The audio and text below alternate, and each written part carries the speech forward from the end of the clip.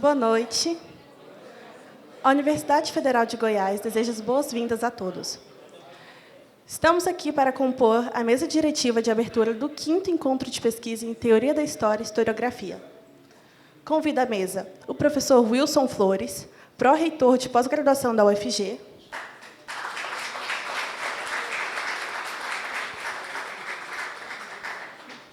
professor Roberto Abdala, vice-diretor da Faculdade de História,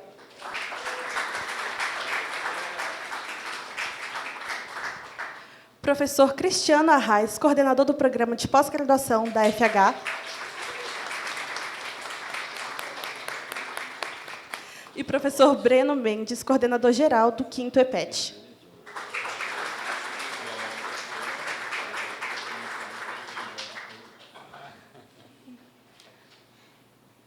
Passo a palavra aos professores. Bom, boa noite a todos e todas. É uma alegria estar aqui na Faculdade de História. É sempre uma alegria estar aqui, porque é uma faculdade em que tenho muitos amigos, né? Para além da pró-reitoria, trabalhos diversos realizados juntos. E então é sempre uma alegria estar aqui. Cristiano, professor Abdala, Breno e vários outros amigos aqui. De fato, em relação à pós-graduação da UFG, o fato desse evento bianual, né, que é uma área de pesquisa consolidada no país. Num curso de História que, essa semana, a partir lá daquele ranking universitário que a Folha de São Paulo faz, aparece entre os 10 melhores do Brasil, num programa de História que é referência nacional e que tem uma nota de excelência, uma nota 6. Né? Então, receber um evento como esse na universidade é, de fato, algo fundamental, porque vem, na verdade, dar ainda mais impulso a um curso de graduação consolidado com um programa consolidado. Né? Na verdade, eu acho que, às vezes, a graduação e a pós-graduação têm as suas especificidades, e eu sei que, neste ano, a ênfase desse evento é na pós-graduação, mas o fato é que não é por acaso que as coisas andem juntos, né? Não é por acaso que o programa seja um programa de excelência e o curso de graduação seja de excelência. Quando ambos conversam, quando os professores estão na graduação e na pós-graduação, quando as pesquisas realizadas na iniciação científica e no doutorado estão em contato, a gente tem, de fato, frutos espetaculares para a área e para a universidade, e, nesse sentido, para o pensamento brasileiro, para a ciência brasileira. Eu estava dando uma olhada, né, enquanto eu me preparava. Aliás, na FAO, estava conversando com o Abdala e com o Cristiano. Eu sou da área de letras hoje mesmo eu fui para um evento de manhã fazer uma abertura e era de uma outra unidade. O evento foi ótimo também, a abertura foi muito simpática, mas é uma outra área e lá tinha toda uma formalidade. Eu estava, inclusive, como o Breno, estava com o meu blazer. E aí a gente começa cumprimentando a mesa, né? E eu nem fiz isso, né? Mas, então, eu quero, pelo menos, eu vou cumprimentar o professor Abdala, vice-diretor da Faculdade de História. Leve meu abraço à professora Fabiana, outra grande amiga. Professor Cristiano, coordenador do programa de História. E professor Breno, coordenador do Prof. História e responsável aqui pela organização do evento.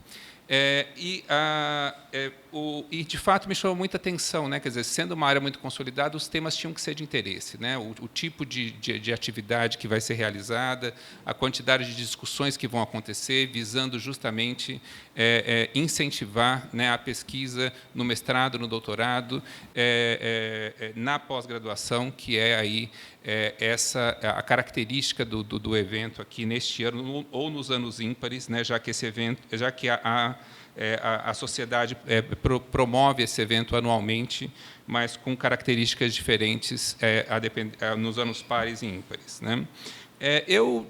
Além disso, diria que o evento acontece num momento particularmente positivo, né, assim, para a universidade, né?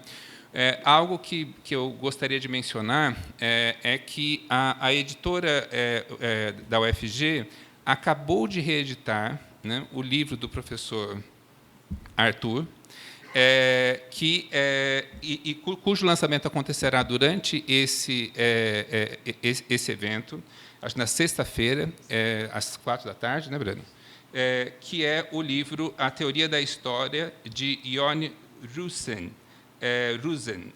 que inaugura, aliás, não só ele é uma reedição, porque o professor Arthur já tinha publicado esse livro com a editora da UFG, mas como nessa reedição ela inaugura uma coleção nova da editora, que é a coleção Introdução. Então, portanto, que é a ideia disso, de livros voltados a introduzir conceitos, temas-chave, teorias-chave de uma determinada área do conhecimento, né? Então, tem também essa importante e feliz coincidência, né? Eu já comentei do programa, assim, do curso de História, comentei do programa e queria comentar também outra coisa, né? A gente passou também agora recentemente, Cristiano sentiu isso na pele, trabalhamos juntos nisso, no CAPES Global, que foi um grande edital, a maior parte talvez saiba, mas eu vou explicar muito rapidamente, um grande edital que a CAPES fez voltado à internacionalização, com uma proposta muito nova, muito inovadora, não havia nenhuma relação anteriormente definida para que a gente tivesse como parâmetro, mas uma proposta muito boa, né? que de fato, propõe redes entre universidades de diferentes regiões do Brasil, visando a internacionalização. E o programa de História daqui foi um dos programas que nuclearam um dos 3 temas da nossa proposta, né? Que foi o programa de História, o programa de Geografia e o programa de Letras, todos nota 6, e que reuniu, a gente montou uma rede com 6 universidades, e o professor Cristiano foi justamente o coordenador de um desses temas. E também algo que foi importante, falando em internacionalização, é o fato de que no Compex, o Compex é um congresso que ocorre anualmente aqui na UFG, é o Congresso de Pesquisa, Ensino e Extensão da UFG. É muita gente que, de fato, participa. Só de inscritos tinham 11.500 e calcula-se que passaram pelo evento nos 3 dias, na semana passada, cerca de 15.000 pessoas, né? E nesse ano foi o primeiro a haver uma premiação para iniciativas de internacionalização.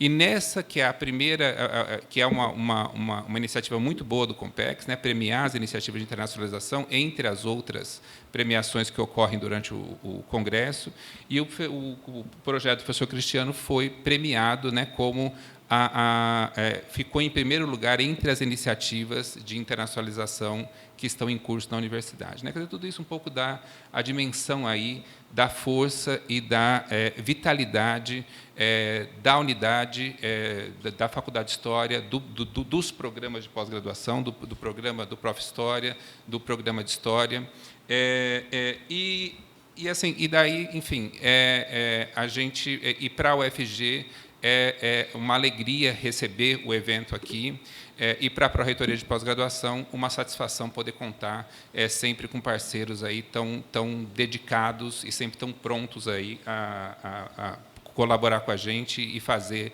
uma pós-graduação aqui na UFG cada vez melhor. Sejam bem-vindos, um bom evento a todos.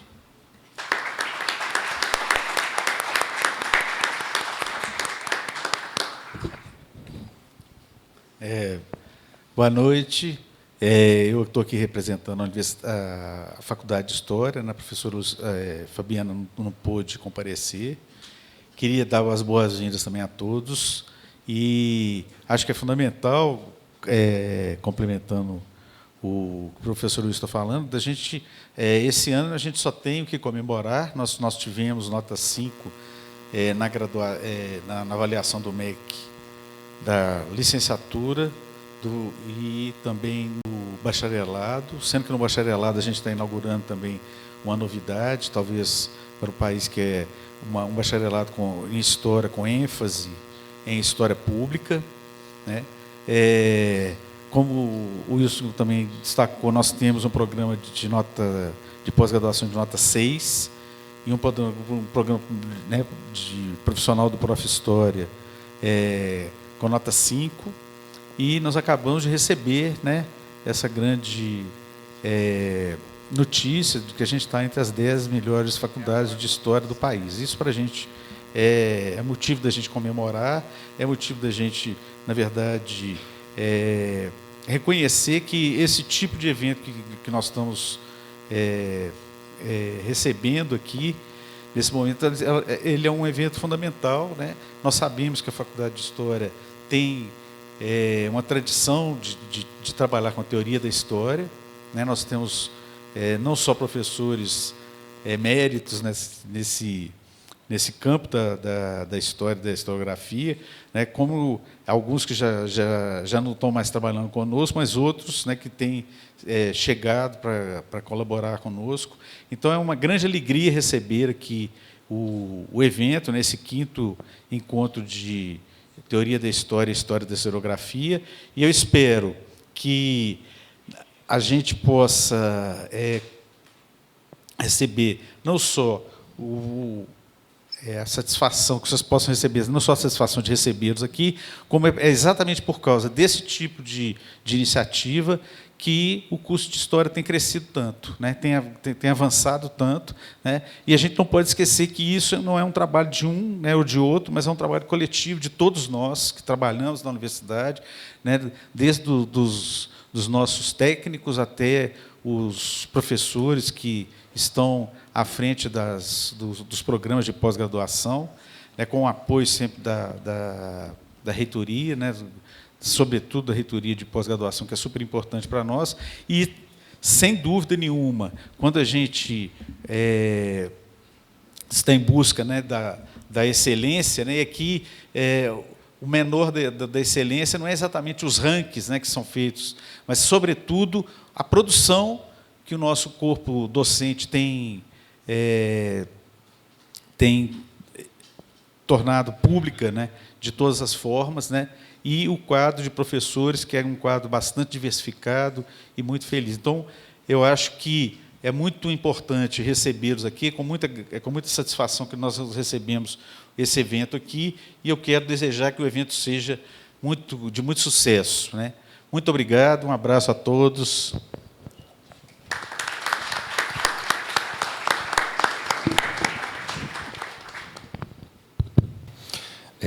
Bom, boa noite. Boa noite a todos, boa noite a todas. Eu quero ser bem rápido na minha fala, mas eu gostaria de, como atual coordenador do programa de pós-graduação em História, cumprimentar cada um de vocês que se deslocou até Goiânia, que veio de Anápolis, de Brasília, de Uberlândia, do Rio de Janeiro, do Rio Grande do Sul, de todas as pontas desse país, para estar aqui participando desse evento, que é dedicado aos pós-graduandos de uma área especializada, que é Teoria da História. Como coordenador desse programa, eu tenho muito orgulho e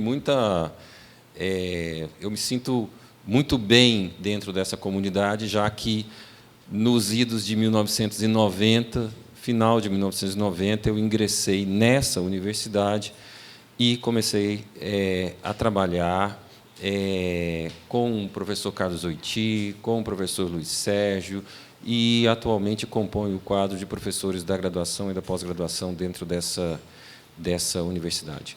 Um grupo de teoria da história formado pelo professor Breno, pelo professor Marlon, pela professora Rawane, que não está aqui porque está grávida e está num momento delicado, mas ela está o tempo inteiro agora na internet ajudando a gente, então eu quero falar sobre ela, é importante ressaltar isso.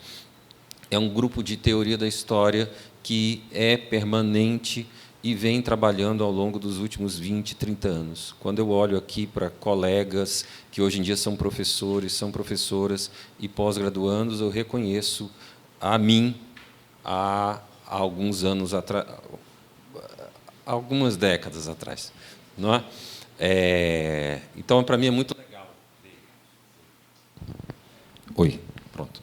para mim, é muito legal ver o público aqui, ver vocês aqui, estar participando. Então, eu queria agradecer inicialmente a todos vocês por estarem aqui.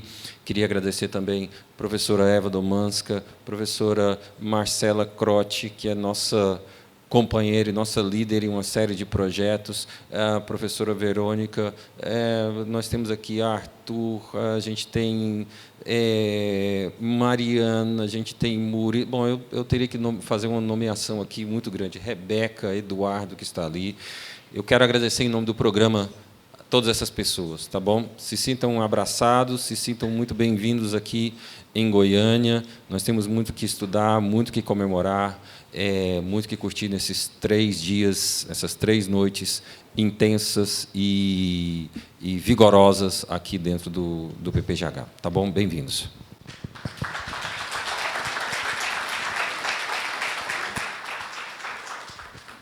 Boa noite a todas as pessoas.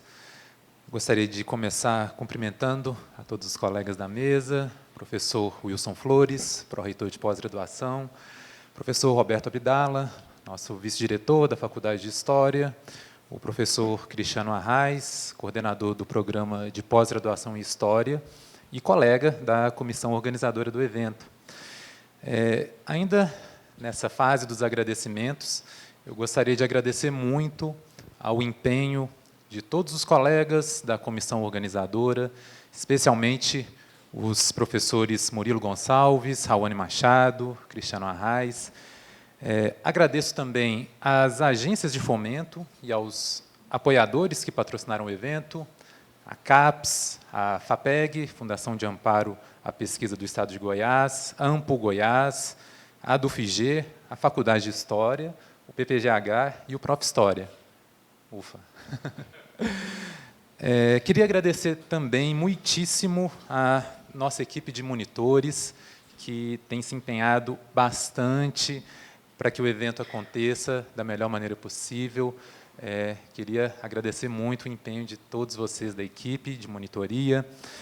Com grande alegria que nós vamos dar início ao 5º Encontro de Pesquisa em Teoria da História, História da Historiografia, o EPETHH, que nessa edição vai ser realizado pela Universidade Federal de Goiás, por meio do Fórum de Teoria da História, que é um grupo de pesquisa que nós temos aqui, focado no tema, e com apoio da Sociedade Brasileira de Teoria da História e História da Historiografia.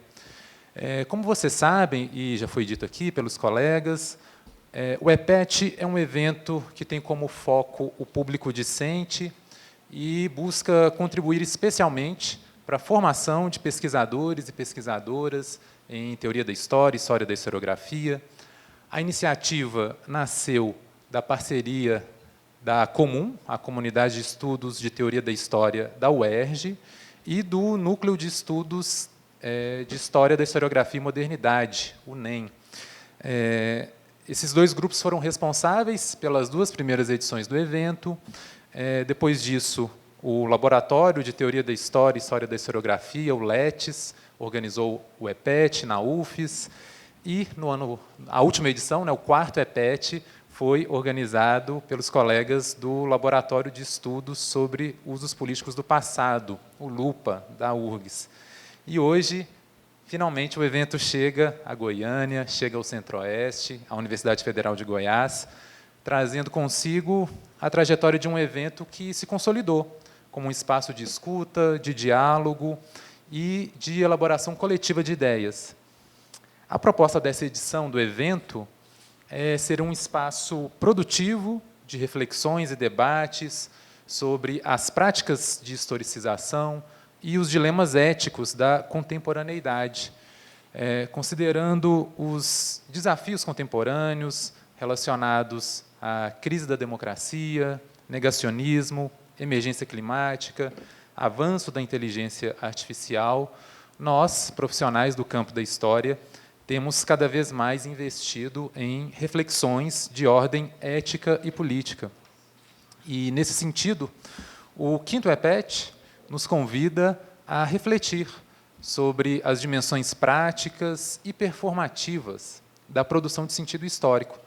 Nos convida a pensar como as fronteiras entre passado, presente e futuro são instituídas, negociadas e contestadas por sujeitos históricos. E isso nos leva a reconhecer que fazer história é também uma forma de estar no mundo, uma forma de se posicionar no tempo presente. Levando tudo isso em consideração, o V EPETHH busca fomentar a interação entre pesquisadores mais experientes, pesquisadores mais jovens, incentivando a discussão sobre temas como as responsabilidades do historiador e da historiadora em relação às memórias sociais, os usos públicos da história, a escuta ativa frente às experiências historicamente sensíveis. E, assim, pretendemos reunir trabalhos que explorem as fronteiras entre a teoria da história, a história da historiografia, o ensino de história, abrindo espaço para abordagens diversas, plurais e atualizadas. A programação, como vocês já observaram, conta com conferências, painéis temáticos, oficina de projetos, simpósios temáticos, minicursos, feira de troca de livros, lançamento de livros e, no último dia, nós teremos uma programação cultural. Logo após o lançamento de livros, vamos ter um show da banda Usos. Então, desde já, todo mundo está convidado. Por fim, gostaria de encerrar a minha intervenção e dedicar essa edição do Encontro de Pesquisa em Teoria da História e História da Historiografia à memória do professor Estevão de Rezende Martins, que nos deixou no início do ano. Por coincidência, a última conversa que eu tive com o Estevão foi justamente para convidá-lo para participar de um dos painéis temáticos do evento, algo que, infelizmente, não poderá se concretizar. Como vocês sabem, o professor Estevão Martins foi o primeiro presidente da Sociedade Brasileira de Teoria e História da Historiografia e também era um grande colaborador da Faculdade de História da Universidade Federal de Goiás e mantinha laços de amizade com o nosso departamento.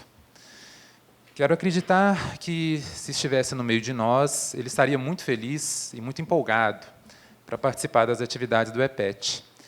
E é com esse mesmo espírito que eu espero que tenhamos todas e todos um excelente evento. Aproveitem a cidade, aproveitem Goiânia e desfrutem do EPETHH.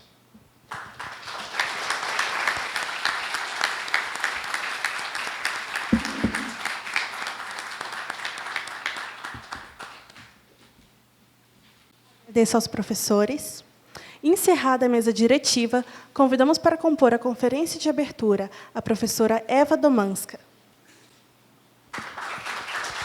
Com a mediação, o professor Murilo Gonçalves, da Universidade Federal de Jataí.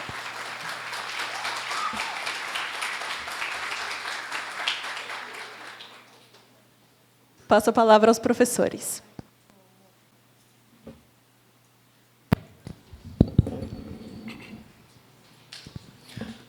Olá, boa noite. Muito boa noite. Como disseram, sou Murilo Gonçalves, professor de Teoria e Metodologia da História na Universidade Federal de Jataí, um dos organizadores dessa edição do EPETHH, e hoje serei o mediador da nossa conferência de abertura com a professora Eva Domańska, que, a princípio, dispensa qualquer tipo de introdução. A professora Eva Domańska é, como nós sabemos, um dos maiores nomes no debate contemporâneo internacional em teoria da história, história da historiografia, né? Mas, de toda forma, a gente vai cumprir aqui o rito. Após a mesa, a diretiva de abertura, me parece qualquer fala da minha parte é completamente desnecessária. O EPETHH é um evento muito importante, como o professor Breno deixou claro, e, sem mais delongas, julgo prudente que comecemos, então, a nossa conferência de abertura. Tá? A professora Eva Domańska é professora de Ciências Humanas na Faculdade de História da Universidade Mickiewicz, em Poznań. e, desde 2002, professora visitante da Universidade de Stanford. Seus interesses de pesquisa incluem teoria e metodologia da história, história da historiografia, teoria comparada das humanidades e ciências sociais, tendências contemporâneas nas humanidades, humanidades ambientais e ecológicas e estudos sobre ecocídio e genocídio. A professora é autora de A História para Além do Humano, traduzida por Tainá Marinho e Hugo Merlo, e também autora da obra Prefigurative Humanities,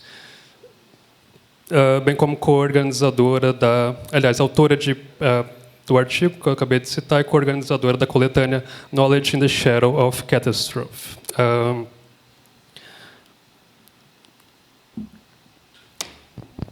Professor Domańska, welcome. It's a great pleasure to have you here with us, a great honor, a great privilege. I'm really sure that everyone here is really looking forward to hear from you. So make yourself home. Yeah, thank you. Thank you very much. I would like to thank the organizers of the conference, Professors Breno Mendes and Cristiano Arraiz, for inviting me to Goiânia. This is my first time in this city, but third time in Brazil. I am absolutely enchanted by intellectual energy which is circulating around the topics related to theory and history of historiography. And I am delighted and very honored to be part of this important event. My deep gratitude goes to Murilo Gonçalves and Sabrina Costa Braga for their exceptionally warm welcome.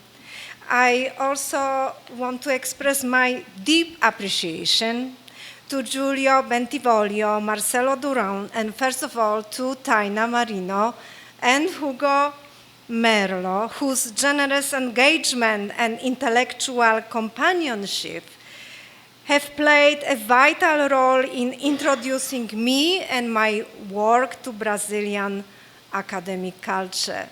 Thank you so much. My talk today is entitled History Beyond the Human, Ethics, Epistemic Justice, and Critical Hope. Do everybody have text in Portuguese? Can you follow? Yes? Thank you. In this lecture, I would like to ask a question which is also asked already for some time by many scholars in different fields, also in history. What does it mean to think about history, or perhaps more appropriately, about the past? I don't want to narrow our thinking about the past only to history. In a damaged world, a world in which we witness the acceleration of violence, the persistence of wars and terrorism, pandemics, and deepening crisis of migration, and unfolding catastrophe of climate change, ecological devastation, and species extinction.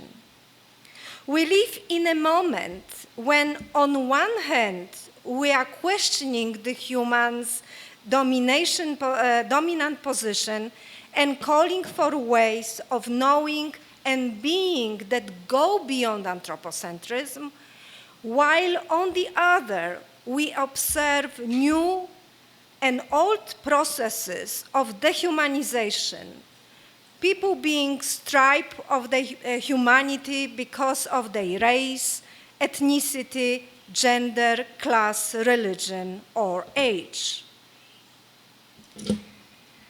This tension between the justified critique of anthropocentrism and the equally justified need to defend human dignity against various forms of dehumanization has shaped my research and teaching for more than 2 decades.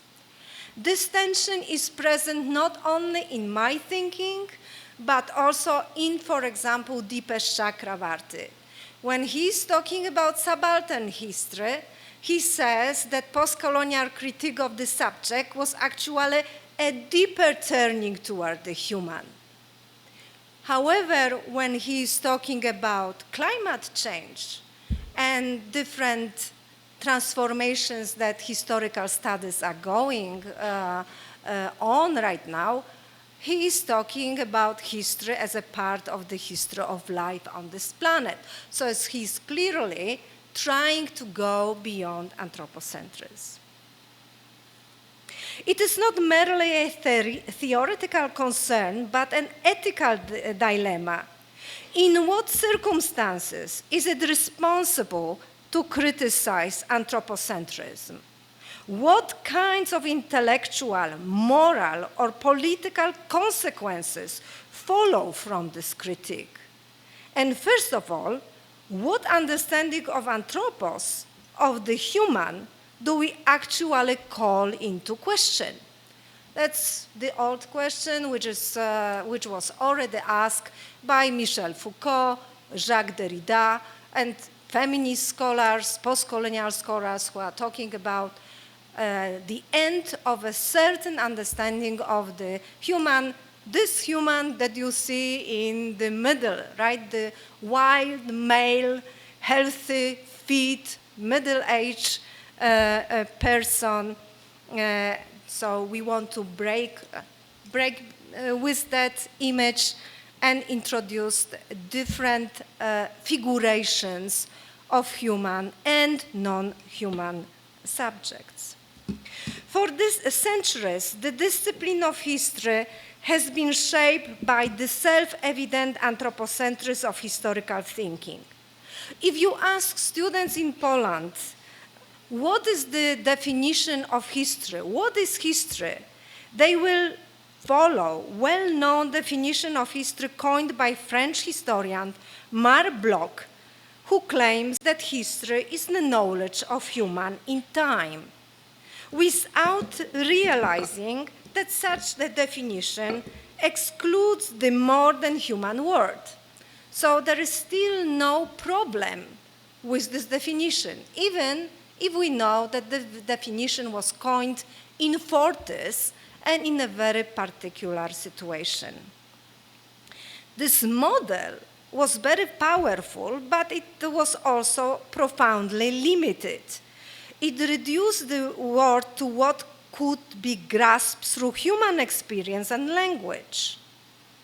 It is the world shaped by the Greco-Judaic, Christian, and European humanist tradition, yet presented as the story of humanity.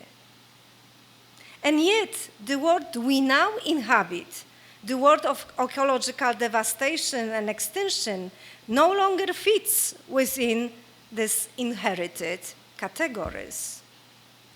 Thus, I propose that the times we live in requires us to expand historical thinking beyond the human, and in order to do that, we should build more holistic and integrative knowledge that combines the humanities, natural sciences, as well as indigenous knowledges.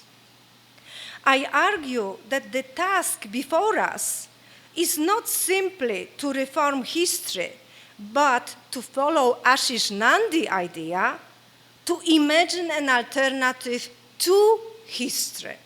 And I also put Boaventura de Sousa Santos, who believes that another knowledge is possible. So, this alternative to history, one that acknowledges the coexistence and codependence of diverse forms of life and diverse forms of knowledges and ways of knowing.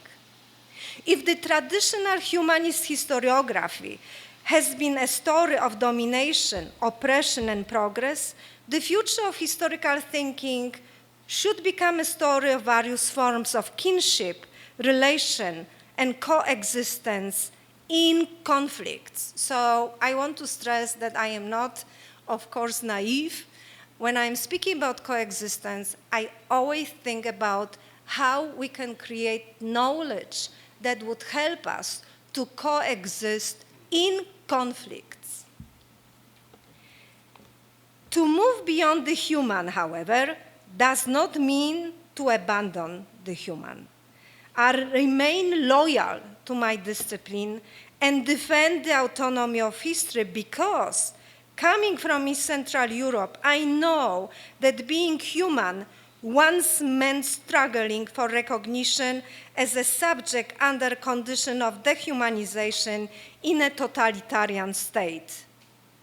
The challenge is, therefore, to find a path that preserves the ethical lessons of humanism, the dignity of life, the struggle for justice, while also freeing them from their anthropocentric domination. What I propose today is a way of thinking about history as a practice of coexistence in conflict. It is also an invitation to cultivate what feminists and indigenous scholars call responsibility, the capacity to respond to the world rather than to master it, the ability to choose your own response to a certain situation, your personal choice, personal agency. The idea of the human has never been more unstable than it is today. Our species has reached planetary agency, geological agency, and yet we are unable to control even the smallest fragment of our own destructiveness. I often remind my students that anthropocentrism is not simply a philosophical mistake, it is a political weapon. It legitimized colonization, extractivism, speciesism, and the instrumental use of every form of life and matter. But here lies the paradox, which I already indicated. While we condemn anthropocentrism for its arrogance, we also live in a time when human beings are again being dehumanized. Entire populations are excluded from the moral category of human.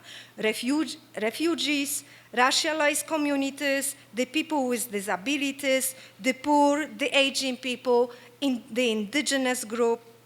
In such a context, the call to go beyond the human can sound offensive and irresponsible. Thus, the task is not simply, as I said, to abandon the human, but somehow to redefine it.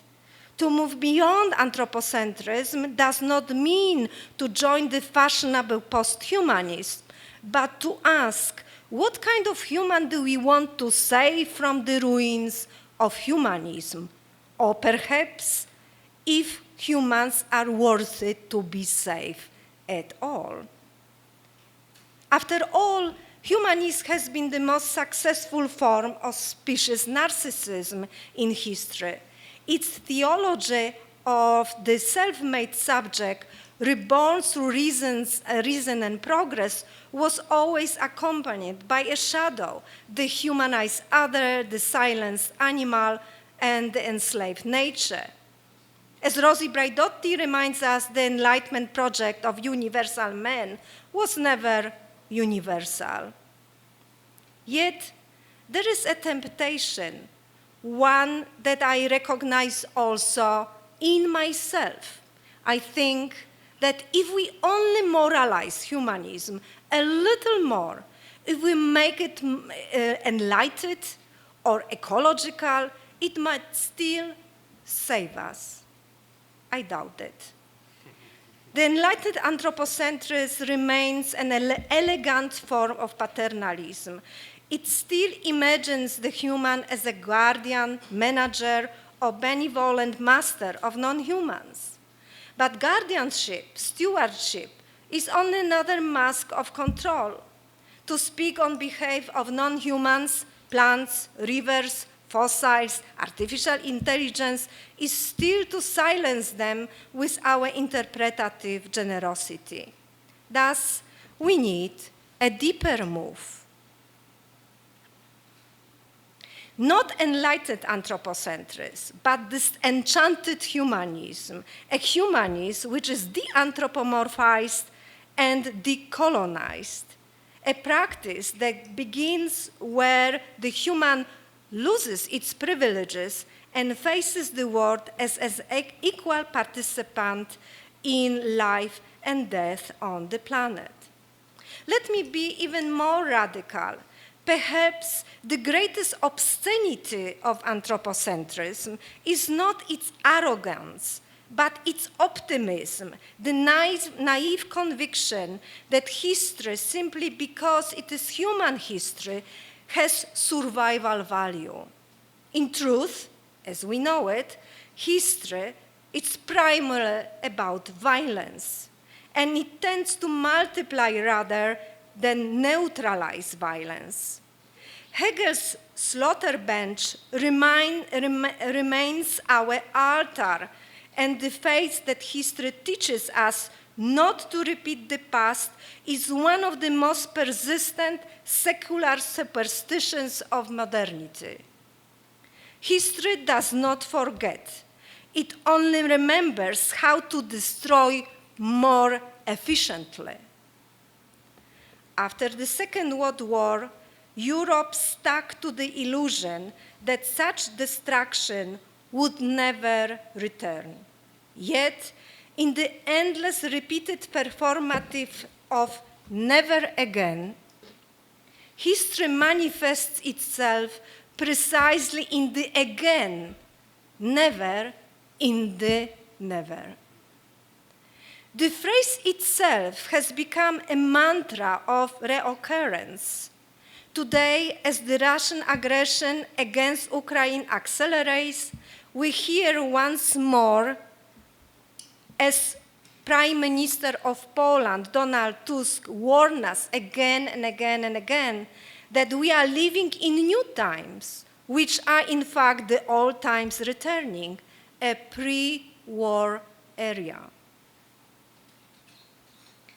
So if history as an anthropocentric enterprise cannot save us, what can? I would say disobedient matter. Objects, animals, and elements that resist our narratives, they do not fit into the archive of meaning we have built for them. They form the strange, impure objects, assemblages where organic and inorganic life, human and non-human, mingle. These entities remind us that knowledge is not the privilege of the speaking human subject, but a property of relations, of the way being touched, decay, or leave traces. The crisis of anthropocentrism, therefore, is not merely a loss, it is a threshold. It marks the end of the human as a metaphysical center and the beginning of a discipline of humility. Historians must learn to read not only text and documents, but bones, plants, ashes, plastics, genes, sediments, to treat them not as evidence, but as interlocutors. The past is not dead matter. It is a restless ecology of presences that hold potential futures. We should not fear decentering the human. We should rather fear that we have not enough imagination to generate knowledge that would help us to build strategies of coexistence with various forms of being. To speak about history, I repeat, a history beyond the human does not mean to deny the human. I am not advocating an aesthetic withdrawal from our species, but a reorientation of its self-understanding. Anthropocentrism has been the gravitational center of our epistemologies and moral system. Every ethical act presupposes a human agent who can respond, take responsibility, and imagine alternatives. Without this minimal anthropocentrism, there would be no ethics at all.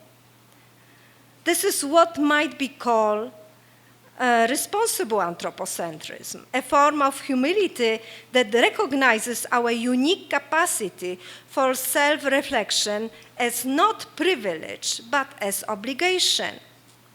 Anthropocentrism can be understood not as a claim of superiority, but as an ethical claim that demands that we use our exceptional faculties to defend the continuity of life and death. But if this is the case, what is the difference between enlightened anthropocentrism and what I just said? The task is not merely to criticize anthropocentrism, but to transform it, to convert the gaze of mastery into the practice of attention, to replace ownership with reciprocity. Indigenous epistemologies, animist cosmologies, as post-human philosophies converge here. They all teach that to be human is to be in relation. If the humanist project has exhausted its moral energy, then perhaps we should begin to learn not from its ruins, but from its outside, from knowledges that never needed to be post-human because they were never anthropocentric. For example, indigenous ways of knowing are not merely supplementary to Western epistemologies. They are ontologies of relation, complete words of understanding where knowing, feeling, and living form one continuous gesture of reciprocity. They do not interpret the world, they negotiate with it. Such epistemologies are not nostalgic returns to pre-modern innocence. They are futuristic systems of knowledge capable of generating what I called realistic micro-utopias, a kind of existing in historical reality prototypes of coexistence. They are not universal, but characteristic for specific time and place. Indigenous cosmologists assume that the world is composed of persons, only some of whom are human. Graham Harvey, who is advocating new animism, excuse me, this was a swear. New animism as a kind of educational project. So he asked, how can we educate people to be animists? What does it mean to be an animist right now is to be able to recognize in other being that it is a person with intrinsic value of life. So Graham Harvey, in this book, expresses the core of relational ethics and the ethics of reciprocity. What also is important that in different area of humanities, for example, American anthropologist Anna Tsing, inspired by indigenous thought and scholars working on multi-species ethnography, calls the arts of noticing and the arts of attentiveness, who are not methods, right? You know, this is a part of post-qualitative move toward post-qualitative research. We are not talking about methods. We are talking about inquiries. We are talking about arts. She's talking about arts of noticing and arts of attentiveness. Not methods, as I said, in the conventional sense, but ethical and epistemic practices of learning with rather than about the world. Thus, listening, being attentive to the world, is not a metaphor, it is a methodological directive. To listen to the world is to risk being transformed by it. It is also to admit that the humanities, if they are to survive, must turn into ecologies of learning, networks of human and more than human teachers. The new animism offers precisely this possibility. Unlike the old animism, dismissed by 19th century anthropology as superstition, the new animism is an epistemological insurgency. It refuses the modern division between nature and culture, matter and spirit, human and non-human, what is living and what is not. It proposes instead a world made of transformations and of communications across species. Following Eduardo Viveiros de Castro perspectivism, we might say that every being sees itself as human, yet in a world where everything is human, humanity becomes something entirely different. This is not anthropocentrism in disguise, but the dissolution of the human into a web of mutually perceiving forms of life. In Armeridian cosmologies, human designates not a biological species, but a position of perspective, a point of view shared by jaguars, spirits, rivers, or mountains. As Viveiros de Castro argues, while Western thought assumes one nature and many cultures, indigenous thought assumes one culture and many natures, and multinaturalism grounded in the reciprocity of viewpoints. What we call personhood is therefore not the privilege of humanity, but a relational condition distributed across the living world. From this angle, perspectivism appears as a counter-metaphysics of the Anthropocene. It undoes the axial and modern inheritance of transcendence, the hierarchical division between the heaven and earth, nature and culture, mind and matter. So humanity in this vision is no longer a universal subject, but a verb, a way of relating. I really recommend you Tim Ingold's famous article, "To human is a verb."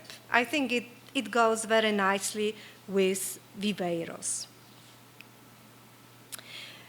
So it offers historians a profound historical lesson that to think beyond the human is not to erase it, but to redistribute humanity across the dense and interdependent ecology of life, where every being, by virtue of perception, is also a witness of the world.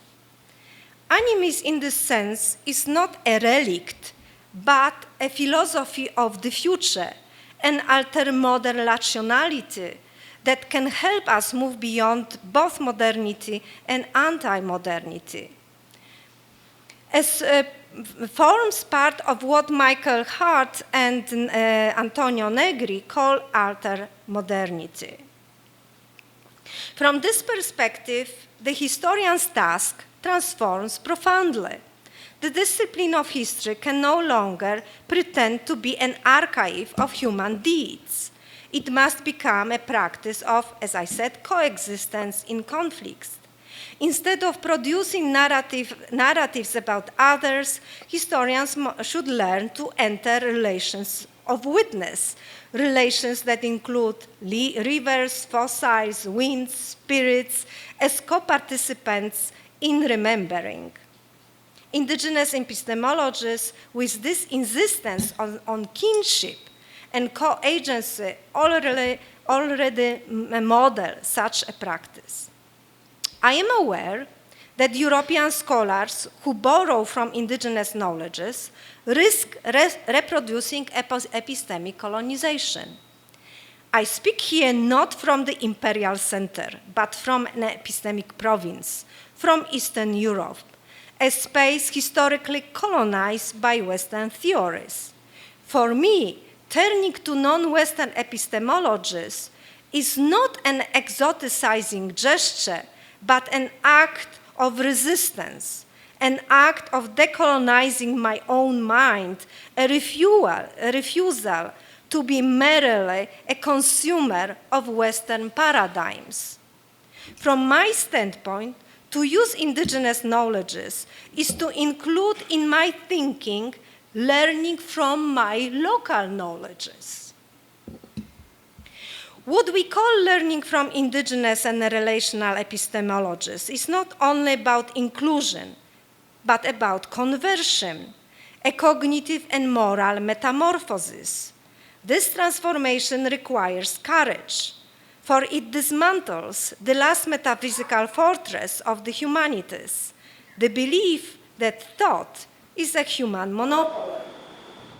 It invites us to imagine history not as the story of humanity, but as one episode in the biography of life itself.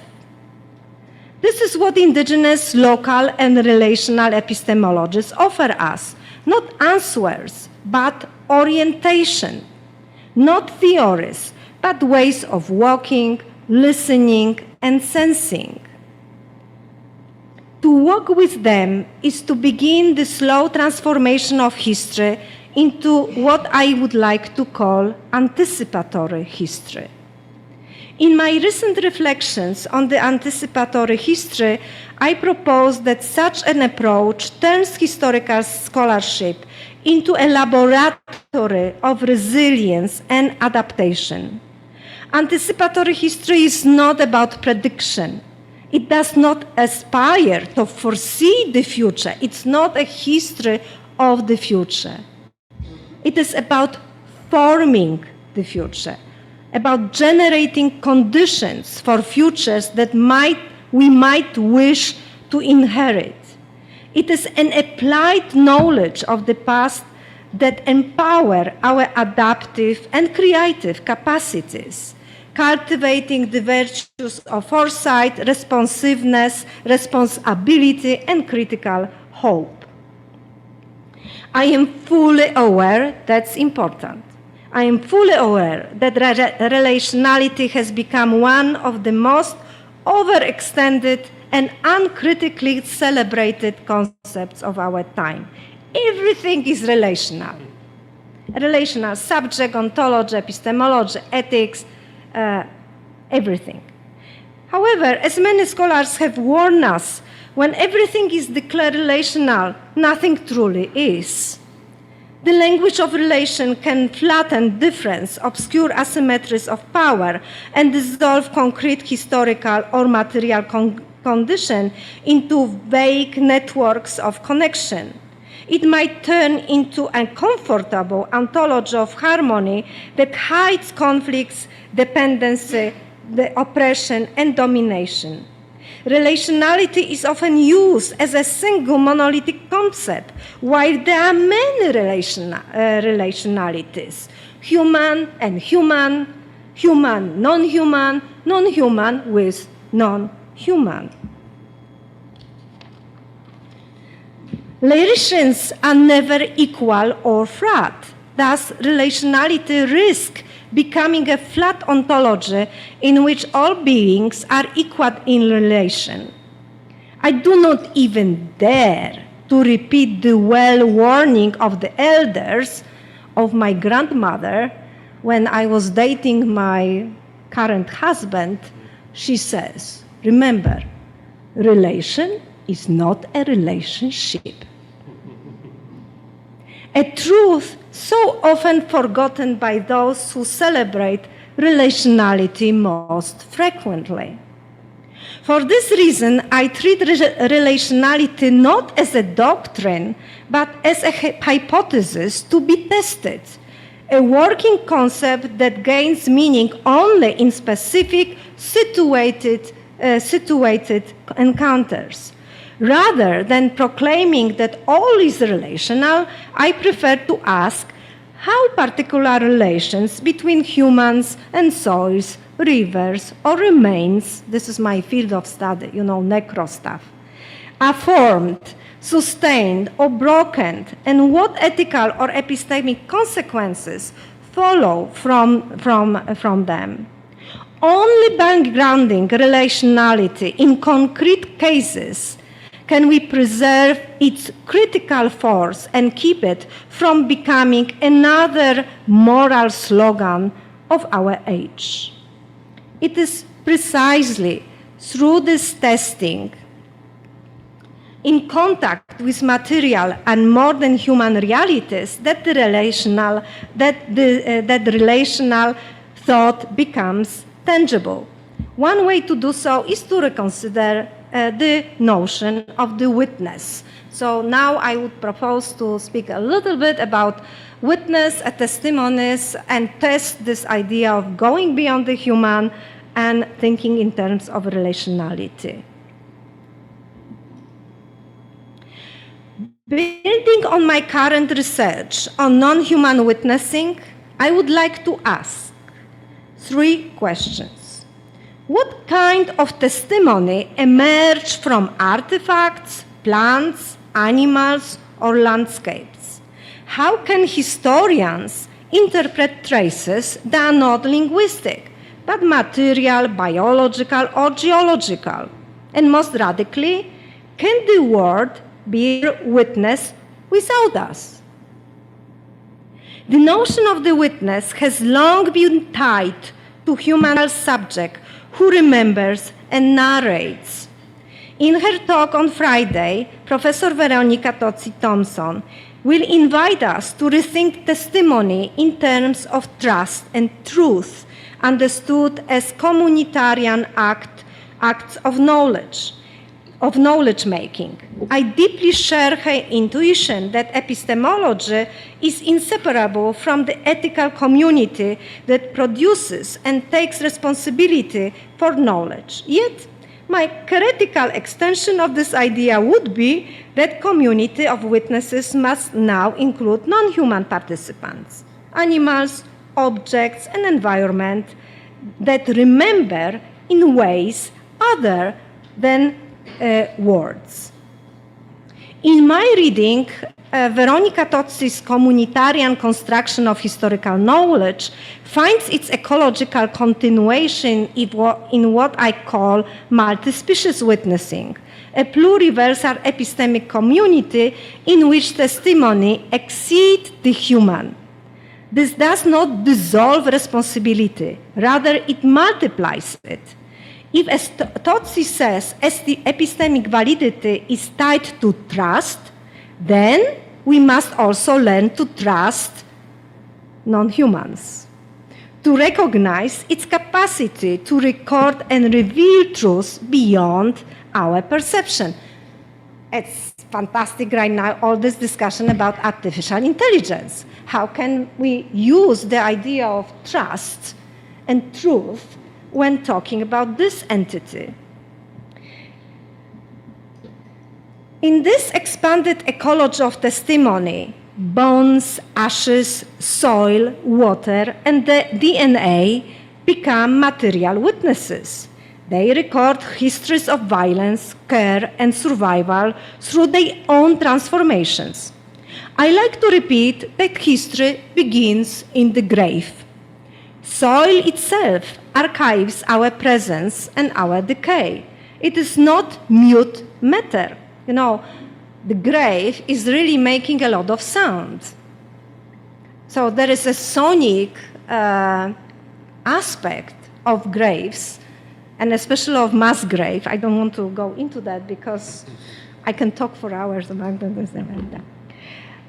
So it is a dynamic witness storing the chemistry of life and death. The cemetery soil, so-called necrosoil, there is a specific anthropogenic, which is man-made soil, which is typical for cemeteries and burial sites.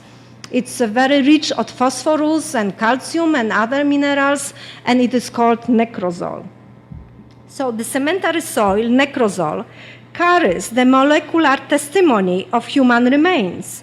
It tells the story of decomposition and transformation.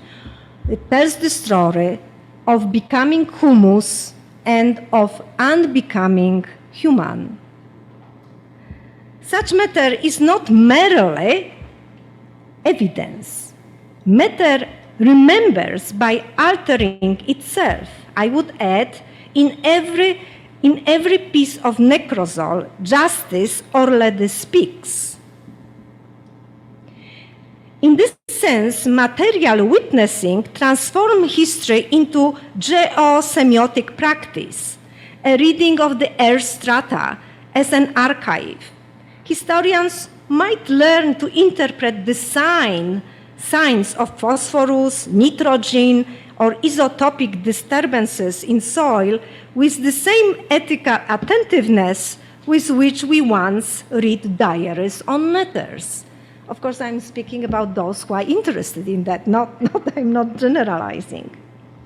Among these material witnesses, the most eloquent and perhaps the most underestimated is the soil itself.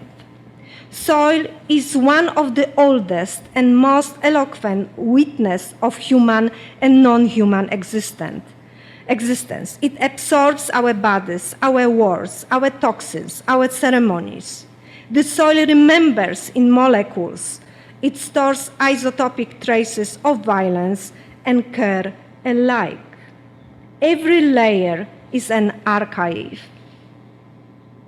It teaches us that to become human again, we must also learn to become humus. Soil remembers, and this is not a metaphor. Soil possesses a real and measurable capacity to memorize its past, to record, accumulate, and store traces of climatic, biological, and anthropogenic processes. We just don't know how to interpret it because, of course, we are not soil sciences. To say that soil remembers is to recognize its capacity to act as a non-human witness. Its testimony is empirical, not poetic. Its sentences are written in isotopes, in microfabrics. The soil does not keep the past still. It keeps it alive. One of the most striking examples of soil as a non-human witness comes from the mass grave in Kharkiv in Ukraine related to so-called Katyn massacre, where nearly 22,000 Polish military and police officers and members of the Polish intelligentsia were executed by NKVD on Stalin's orders in 1940. When the site was re-examined decades later in 90s, the archaeologists discovered that the NKVD bring a huge drills, and they were drilling mass graves in order to conceal the crime, right? Because all the remains have been commingled. So it was impossible to identify the remains. So this is, what you see, the cycles. This is the traces of these drills. The soil remembered what a human witness could not say or is not allowed to say. It bore the double testimony of murder and erasure. In this sense, the Kharkiv necrosol becomes a kind of archaeological conscience, a material archive that refuses oblivion, records justice through its own transformation.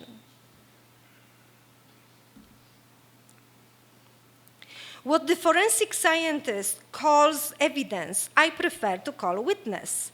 Evidence ends in verification witness begins in relation.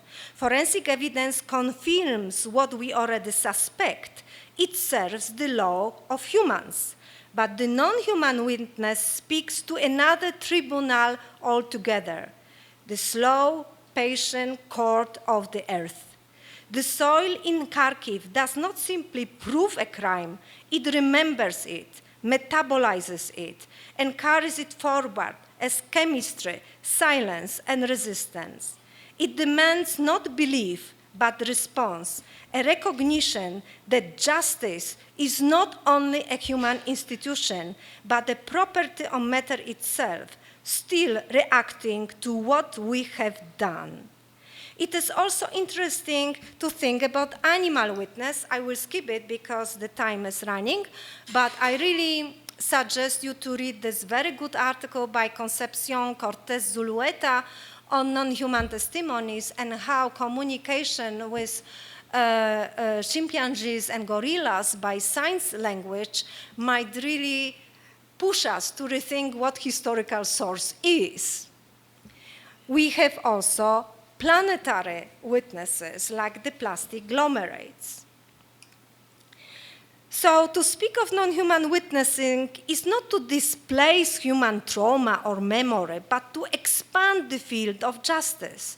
The task before us is not to abolish the human, but to make it more inclusive and elastic. If, as Veronica suggests, epistemic communities are built on trust, then the future epistemic community must include non-human trustees, being and materials that safeguard the memory of the world itself, even when humanity, as we know it, does not exist anymore. Conclusion. In the face of devastation, what remains for us historians to do? I think we have anticipatory duty to practice and promote critical hope and to follow the saying attributed to Abraham Lincoln that the best way to predict the future is to create it. To hope critically is to refuse despair. It is to understand that the work of the humanities in these precarious times is not, as I said, to predict the future, but to prepare it and to prepare for it. It is not a naive optimist. Critical hope is not a mood, but it's a method, the anticipatory practice through which historians transform anxiety into action.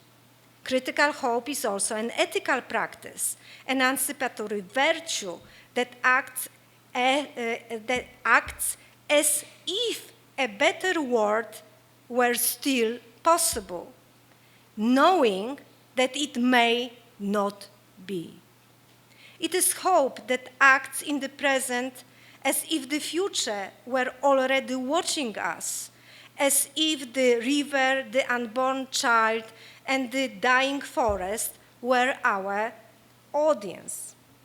I began this lecture by asking what it means to think about history in a damaged world.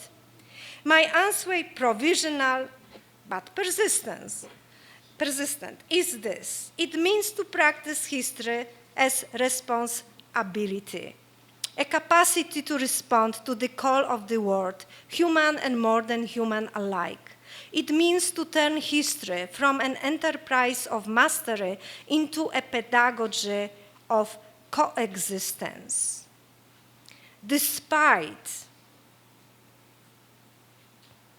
not very positive political future, despite mean people.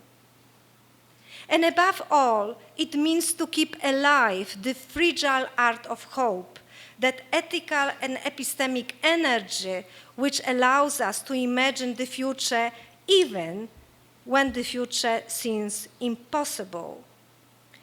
As Paolo Freire reminds us, hope must become historical concreteness. We have to practice hope. To hope is to act. To anticipate is to care. We live in a time when history itself asks for sacrifice and courage, not the courage to defend the past, but to invent a future in which justice speaks not only in human tongues, but in the whispers of the forest, in the breathing of animals, and in vibration of the soil. To practice history beyond the human is to remember that we are not the end of history, but only one of its countless beginnings. The world is not ending, it is waiting for us to listen, waiting for us to respond. Let us answer, not with fear, but with imagination. Thank you.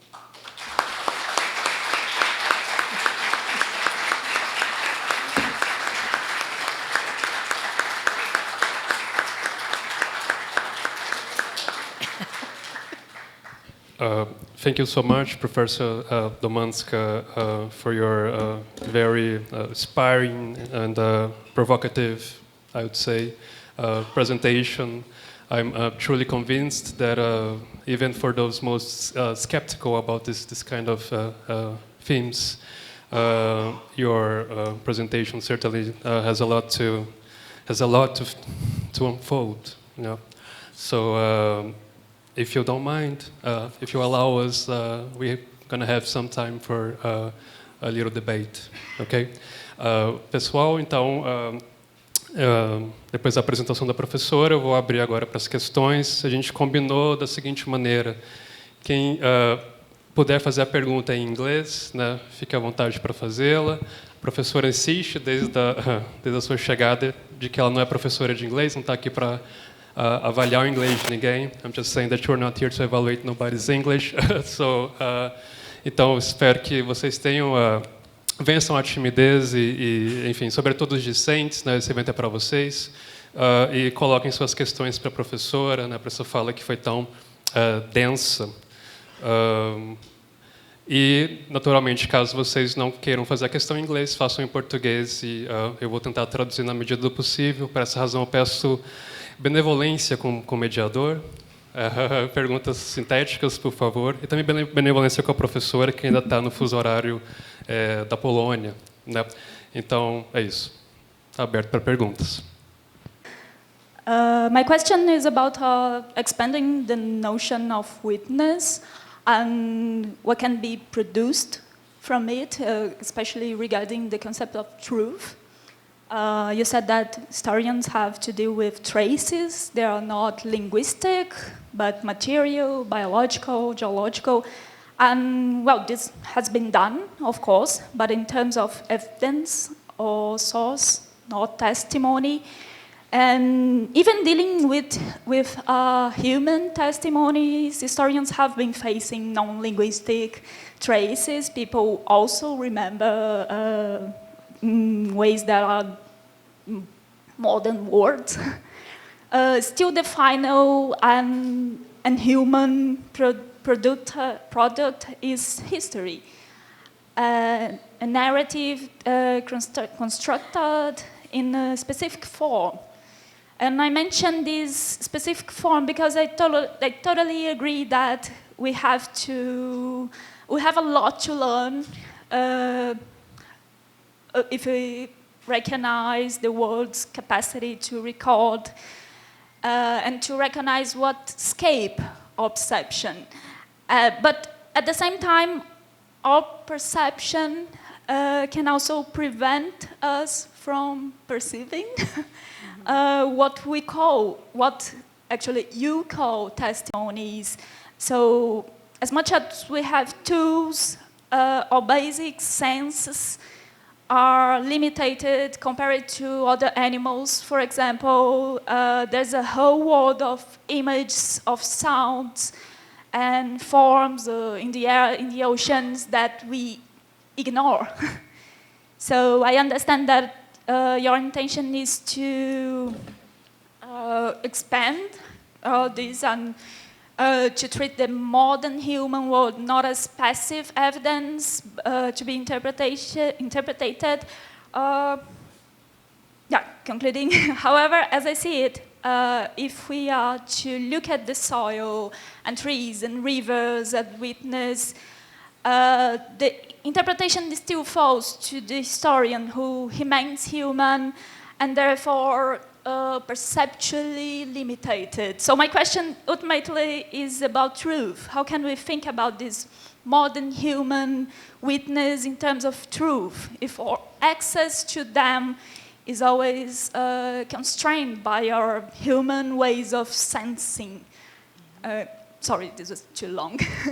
Boa noite. Eu vou falar em português, meu inglês é muito macarrônico, então vou pedir a ajuda do professor Murilo para fazer a tradução. Bom, sou o professor Irinaldo, sou da Universidade Federal do Pará, que está localizada na Amazônia brasileira. Eu queria ouvir da professora, eu não conheço a realidade específica de trabalho da professora, e eu queria pedir se ela pudesse falar um pouco como que ocorrem essas discussões nos cursos que ela trabalha para a formação dos profissionais, dos historiadores ou dos professores.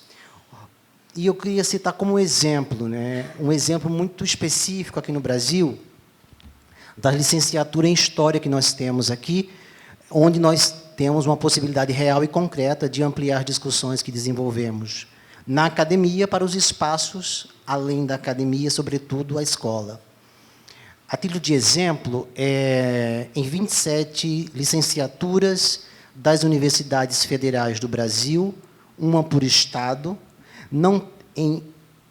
nessas 27 universidades federais, 75% delas não têm disciplinas obrigatórias sobre a Amazônia. E o futuro do planeta, dos humanos e dos não humanos, está diretamente afetado pela forma como nós, humanos, nos relacionamos ou não nos relacionamos com a Amazônia. Então, eu tenho esses dados catalogados e isso é extremamente preocupante, porque, bom, eu acho que dispensa comentário. Estamos hoje com a COP 30, onde o que menos importa é a floresta para os idealizadores da COP 30. Muito obrigado. Obrigado, professor. Lincoln, por favor. Hey. First of all, thank you for the presentation.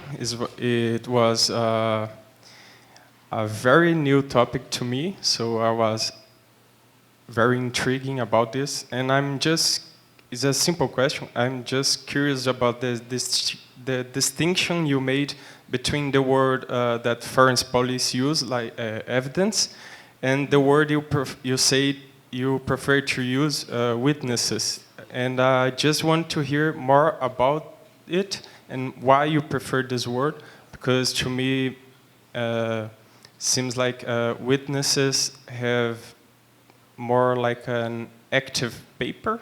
I don't know. I'm curious, and I know to hear more about that. Thank you.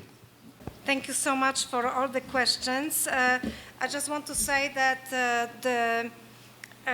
this presentation today is part of my two projects.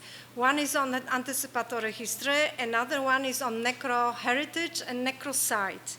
So, for example, I already prepared a kind of international convention to prevent necrocidal practices, which is destroying mass graves in order to cover the crime. Right? I'm speaking about oppression. So this is the work in progress, right? This is what I want to say. So I really appreciate your questions. Speaking about this problem of truth and trust, I think that the most interesting problem that we are dealing for already several years is the problem of communication. We used to think in terms of communication by verbal language, but actually, even for ordinary people, let's say that you are a farmer or you have a big garden, people who are really close to nature, they know how to read signs. They know how to read signs of the animals. They don't know how to read signs of plants, right? So this is not that it is impossible. You just have to be attentive. You have to want to do it, and you have to like to do it. For example, there are textbooks about introduction to biocommunication.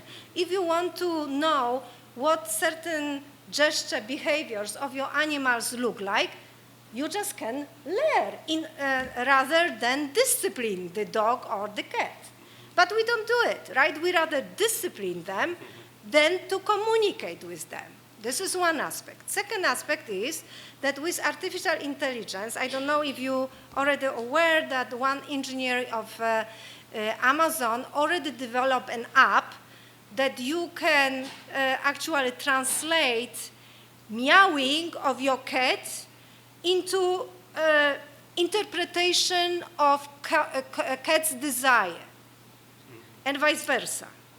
Well, I heard that the cats are traumatized by that, so it doesn't work well.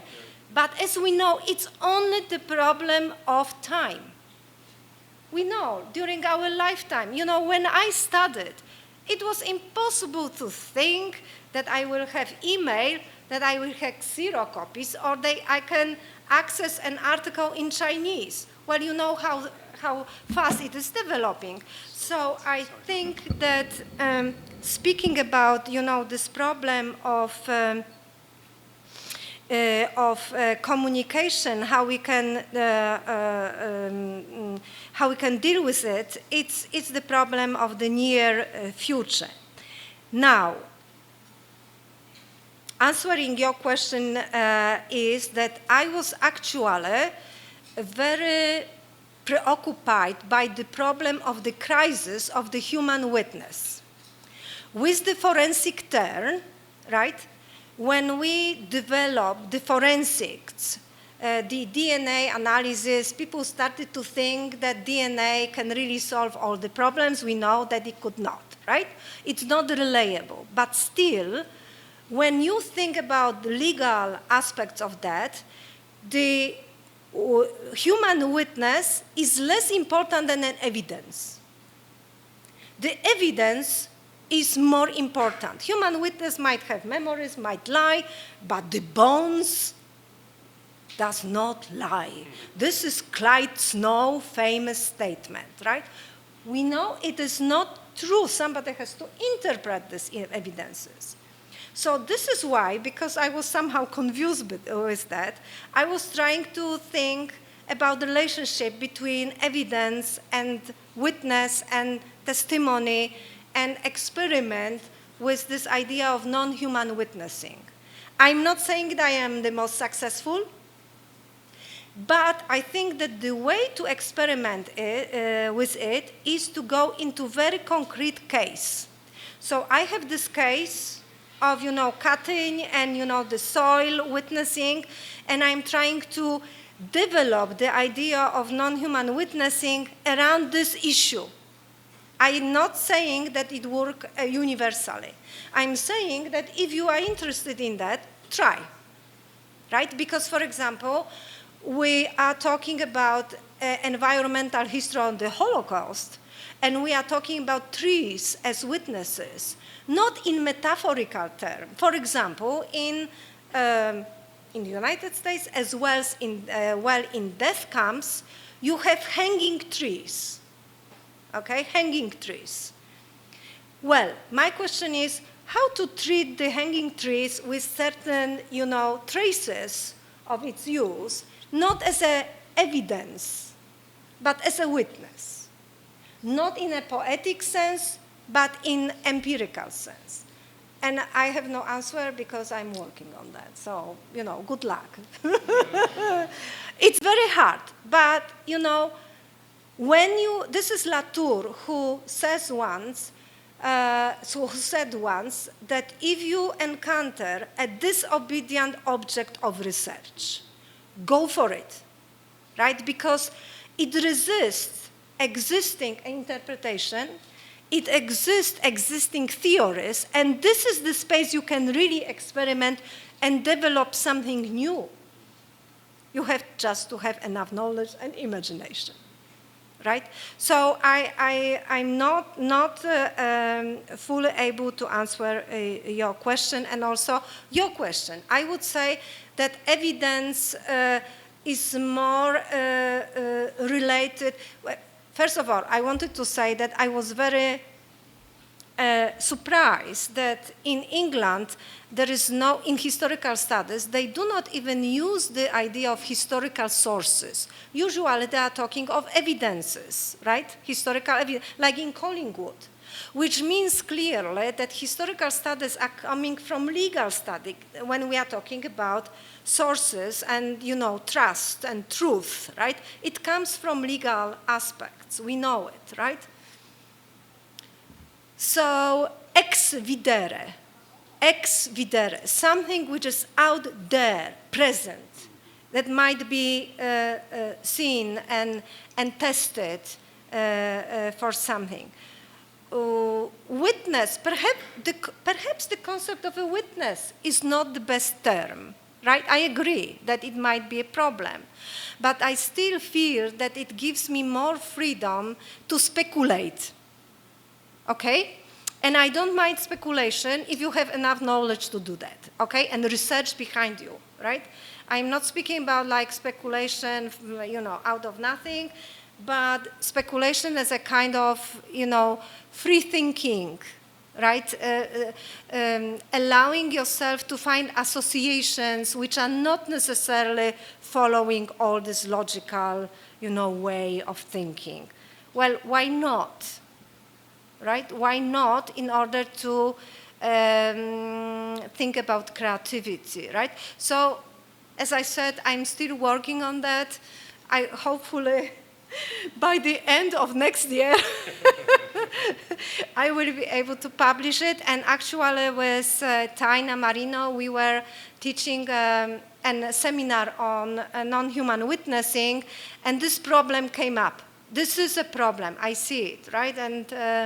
And we were discussing, is it really necessary to introduce non-human witnesses in transitional justice? But you know, this article that I show you, to be published in the international journal in transitional justice, it means you can do that. You know, it is allowed already to think that we might, they are actually speaking about trees, you know, how the tree, and when you go to Hiroshima, you will see hibaku trees, which are survivals, right? The survival trees, right? Yes, I think it's culture also specific, because Japanese culture is based on Shinto religion, where the, you know, plants and vegetation is treated in a different way than in Western worldview, right? So I think that this cross-specific situation might also help us to go beyond the Western worldview if we find a proper case, okay? If we find a proper case. My case is soil. I like soil. Thank you, professor. Eu realmente espero que vocês tenham compreendido tudo que a professora falou, me privando do trabalho de traduzir tudo que foi dito.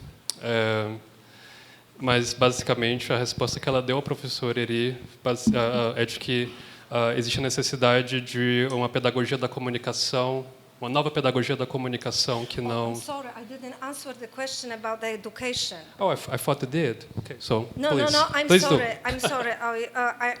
I apologize for that.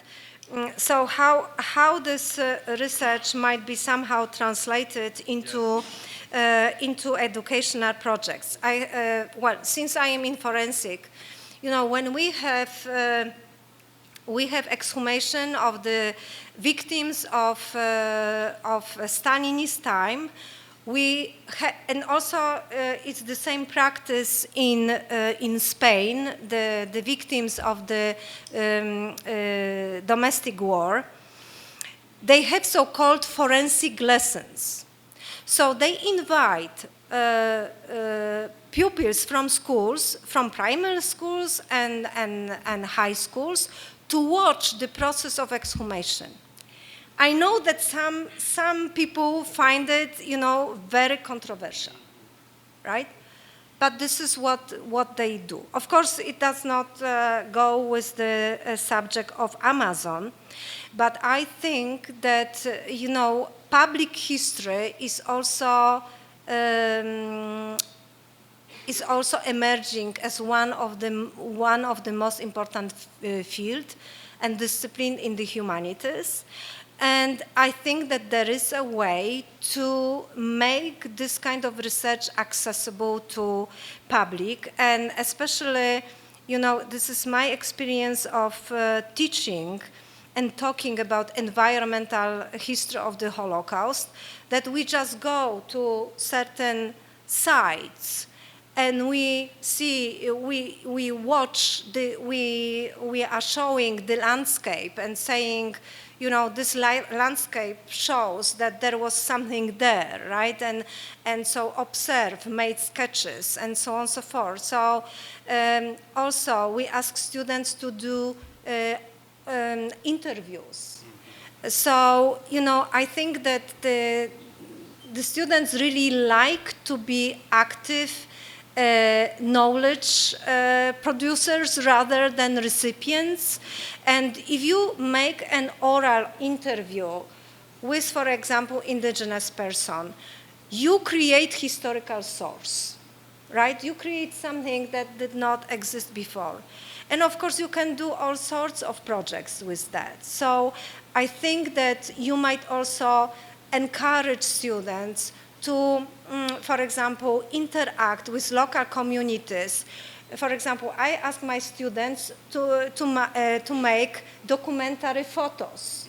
So if a building is declining, if there are some senior people who witness some important events, I ask them either to do interviews or to make photos, and of course, interpret these photos, right? So, this kind of action research, right? So they have to interact with people. And this is very productive for them and very engaging. We also make kind of exhibitions later on out of this photos, for example, in the library, in the local libraries. So yes, I think it is possible to somehow and make the educational project out of that. In the case of this new animist, this is actually the indigenous population, the indigenous groups that might teach us. Actually, I am an animist because I was converted by my colleague who is Lakota. I'm sorry for that, right? It was just went through conversion, right? And so, friends, collaborators, like people who do things together, even as a play, playing together, right? Doing things together, taking care about animals. This is what I learned. I came to these colleagues who were Lakota, and they said, no, you have to deal with horses, you have to clean them, and so on and so forth. They have to adapt you. And after, I have to tell you, and this is the last sentence, that the Mustangs came around me and they were sniffing me and holding me. This was the most fantastic experience. I never felt so welcome, except Brazil. And after it appeared that I had mint hair shampoo, and they like mint, and that's why I seduced them. But anyway, it was a very interesting experience of being accepted by completely, wild animals. Yes, so I think that this personal experience is also important. I'm speaking about myself as a teacher, that I learned from children. Anyway, we can talk later if you want. Thank you, professor. Então, eu havia entendido que ela havia tentado responder a sua pergunta, professor, que é uma pergunta difícil, por meio dessa ideia de uma nova teoria da comunicação. Eu acho que a resposta dela vai muito nesse sentido também, né? Eu acho que a grande questão para ela é reconhecer a inovação de novos campos, como não tão novos, história oral, né, a história pública, como meios de criar condições nas quais os alunos, os estudantes, eles se coloquem em situações práticas de contato com a alteridade, né, em alguns termos que não são propriamente delas. Ela citou o exemplo aqui de lições forenses, né, que estudantes que são levados para sessões forenses, que, enfim, lidam de modo um pouco mais concreto com esses materiais. Citou exemplos, então, de uma imersão nesses mundos distintos, né, dos nossos, como uma forma mais eficiente de aprendizado, né? Lidar concretamente, lidar pessoalmente, fazer entrevistas, tirar fotos, mas, sobretudo, escutar, aprender o que a natureza, os povos originários têm a nos ensinar. Ela fez menção a isso na fala, né? Uma epistemologia da escuta. Então, ela foi um pouco para esse lado, a necessidade de uma interação prática com esse mundo que é estranho para nós, né? Em relação à pergunta da professora Sabrina e do Lincoln, né, ela meio que tentou responder ambas as perguntas com o mesmo comentário. Ela não tem uma resposta definitiva do porquê ela prefere não pensar em termos de evidência e sim em termos de testemunho. Ela acha que essa proposta tem uma finalidade heurística de gerar condições de experimentação, né, condições de trabalho, né? Então, basicamente, a ideia dela é essa, né, utilizar a noção de testemunho, conferindo a esses supostos autores, né, a natureza, os animais, né, a possibilidade de fala, né, a possibilidade de produzir falas, que nós temos que interpretar, né? Ela concorda que existe essa dimensão humana de que a gente continua tendo que interpretar, tendo que nos projetar nisso, né? Mas pelo menos é uma interpretação que está baseada nos desejos, né? Ela citou essa palavra que eu achei muito interessante, os desejos dos animais, os desejos da floresta, né? Então ela espera poder dar uma resposta um pouco mais satisfatória e compreensiva no ano que vem, quando ela finalizar a sua pesquisa, né? Another round? Yes. Então, vamos fazer mais uma rodada de questões, rapidinho, para a gente fechar. Okay. Oi, eu sou Isadora. Hi, professor. Thank you. It was very amazing. I was very touched by your talk. And it reminded me of Davi Kopenawa in A Queda do Céu. I don't know if it translates. The Falling Sky, maybe. And he says, the world's not ending. Human life on Earth, maybe, but the world goes on. And this made me think of what you said.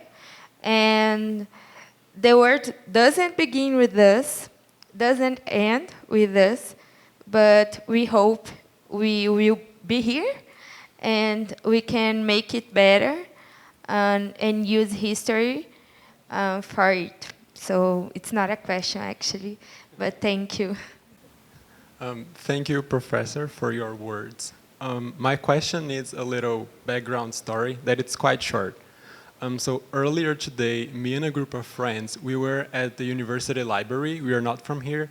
And we saw a geological explosion of some soil. And we actually didn't pay any attention to it because we thought, it's history, so it's not important. And I think it's quite fitting for us later the same day to hear someone say that we should pay more attention to soil study. And I think it's a misconception that we had earlier today that it's geography and we shouldn't pay attention to it. And my question is, how to integrate soil study in history without turning it into geography? How to overcome this misconception that we have? Thank you. Well, hello, Professor. Thank you for the lecture. My question also comes with a little background history, and I'll try my best to shorten it.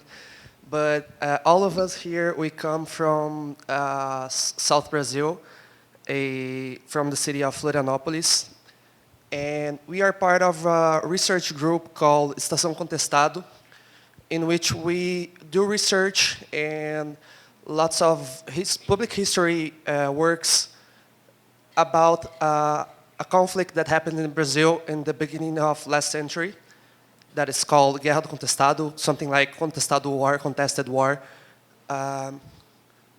And there is lots of nature involved in it. As such, they had a religious tradition that remains today with a lot of connection with the nature. So we have like water fonts, natural fonts that are still preserved with this tradition. We have in historiography we have people that wrote about how they knew when the enemy was coming with using the chants of birds. They heard the birds coming. They know the birds only chanted when they see the army, when they saw the army coming, so they know when to act. And anyways, a lot of nature involved in this. So I'd like to know, how would you? We have also something else. The mass graves, we have mass graves that are there, that are still there, and that made me think about the testimony of the soil. And anyways, there is a lot of, but I'd like to know, how would you see human actions connected with this? Because they interfered on nature, and this was how nature became a witness. So I'd like to know what's your take on that, because it's a very singular part of Brazil history, and there is obviously a lot of indigenous thinking into that, but I'd say is very singular, not just indigenous thinking, but they interfere in their nature, and they made it. I think that's the word. They made it a witness. Of course, it could be a witness by itself, but I think the human action was crucial on that, and especially because it was made still with time. So people that remained after the war, they kept a tradition and kept it, and it remains nowadays. So I think human action was very crucial on that part, and I'd like to know what's your take on that. Okay, so I will begin with the last question, and I will speak about as a teacher. I think you just formed a research problem, right?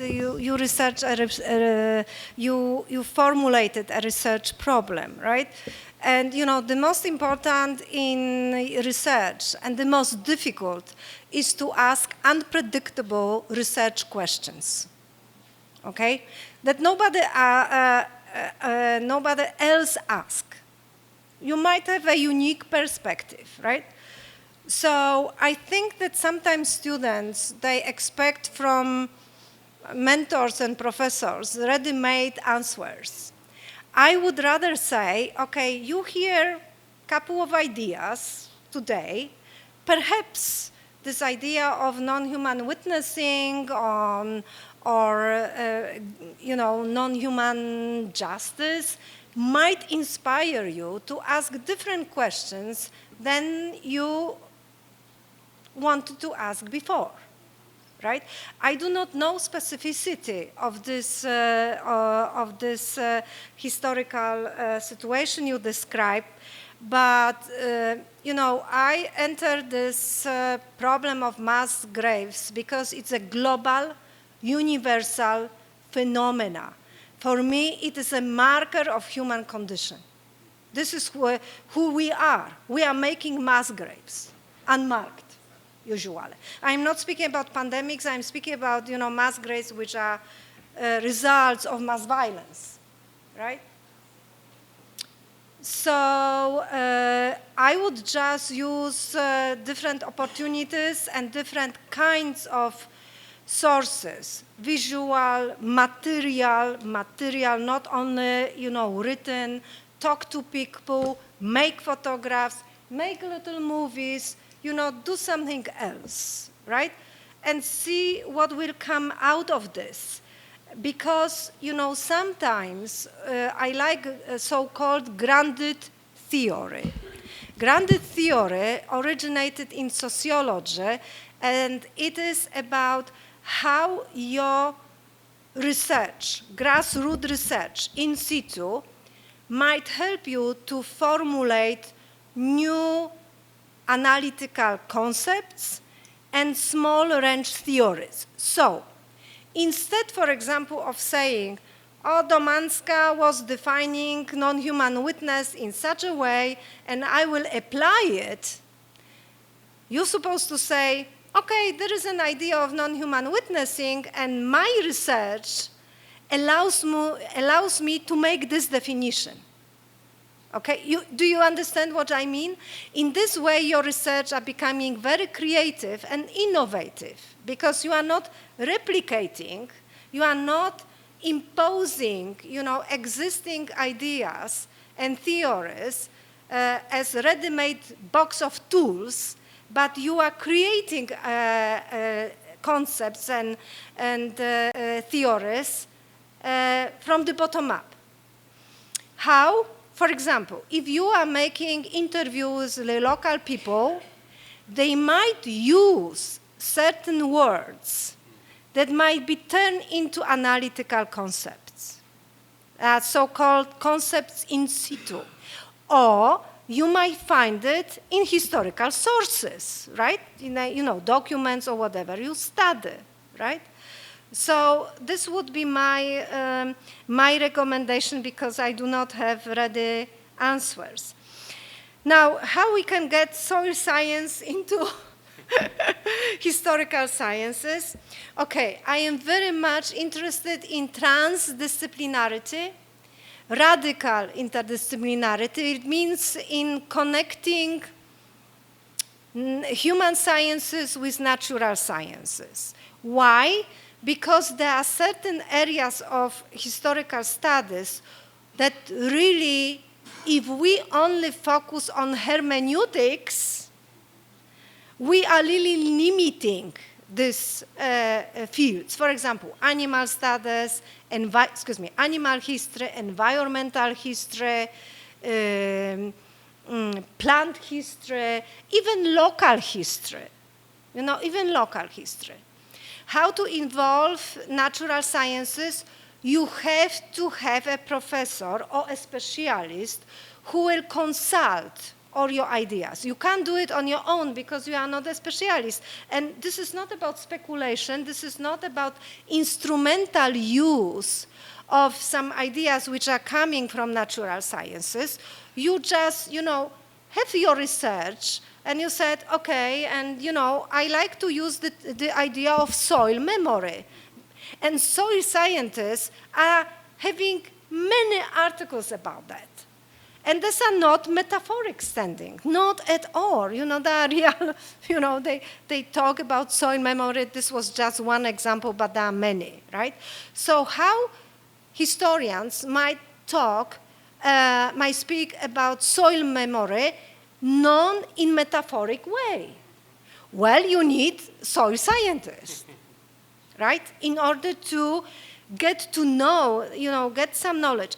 Okay, so in Poland, there is possible to have like transdisciplinary PhD. In this case, you have two supervisors.